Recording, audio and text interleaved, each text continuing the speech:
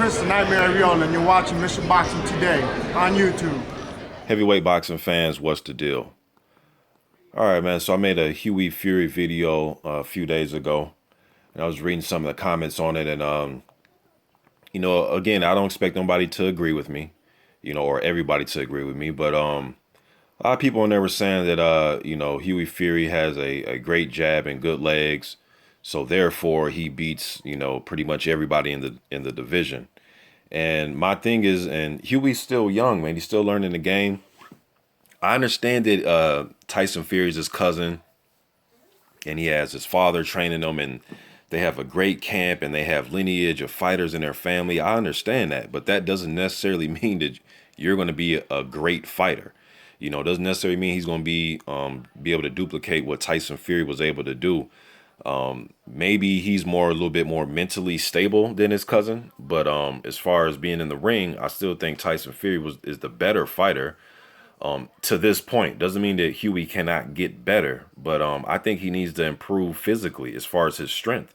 I know boxing, like I said, is not a weightlifting competition. It's not a physique competition, but I still think he needs to get stronger because when he gets in there against some guys that will put him in a dog fight, that will put him in a very physical fight. Right now, I don't think he has the strength to hold up in those types of fights.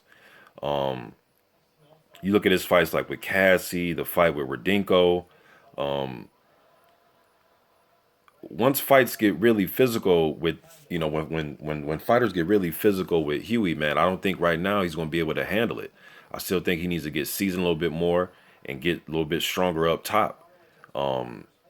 As far as his arms, his chest, get a little bit more physical, man. I believe that his legs and his hand speed, his jab and his movement is great. But if you guys think for 1 second that you're not gonna get put into a physical fight because you have a great pair of legs or a good jab, you guys are mistaken. I mean, some of the best movers at heavyweight, Ali, Larry Holmes, just to name some great ones. They were put in situations to where they had to get into a dog fight. You know what I mean? Where they just couldn't use their legs and use their jabs in fights, and that was going to be enough. Look at Larry Holmes versus Ken Norton, Ali versus Frazier, and even when Ali, his legs kind of disappeared, where he wasn't moving as much later on in his career, he knew how to stand and fight. That's what I want to see.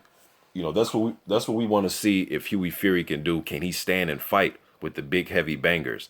Not necessarily knocking them out, but when he has to stand and plant his feet and let some combination goes and fight back. Larry Holmes wasn't known as a big, huge knockout puncher, but he could stand and fight with you. You know what I mean?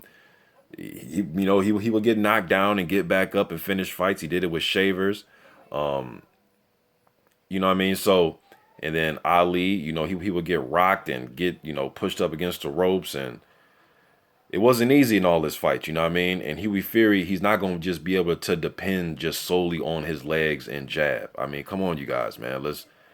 He's still young, but there's going to be a time where he gets in there, man, with some elite level competition where he's going to have to stand and fight.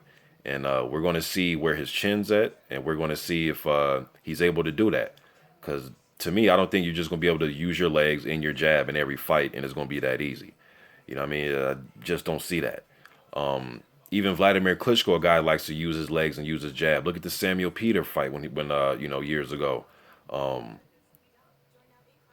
Now he developed a style to where he tried to sully you from getting in on him, where he likes to grab and hold. I mean, even Ali did it. He will rabbit punch you and hold your head down. All these guys had something they did, but I guess we'll see with Hughie Fury, man. I think Joseph Parker, if they make that fight. Last I heard, they're gonna try to put Hughie Fury in there, Jarrell Miller or David Price to fight Joseph Parker. So, and when they get at close quarters, I think Parker may have a little bit more dog in him, as far as standing close, letting shots go, combinations and power, power in the strength, because that's where it's gonna play a big toll, man. When they're standing close like that, and letting punches go. But Hughie, good jab and good legs, man. We obviously know that, but I need to see a little bit more because it's going to take a little bit more than that, man, to win this title and be successful at the heavyweight division. That high level success, not just getting some wins under your belt, against fringe contender type guys. I'm talking about that high level success.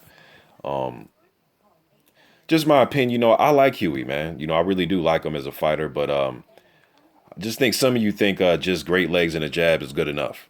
You gotta have you gotta have everything else, the toughness, and I think he's a tough kid. You can't, be in that Fury camp and be a chump. Let's not get it twisted. I'm not saying he's a chump, but I think he needs to develop a little bit more physically. Physically, the movement. I think he has that all down pack. I think he's learned that, but I think just a little bit more, him just being a little bit stronger up top work well for him. That's just my opinion, man. You guys let me know what you think in the comment section. I'm out.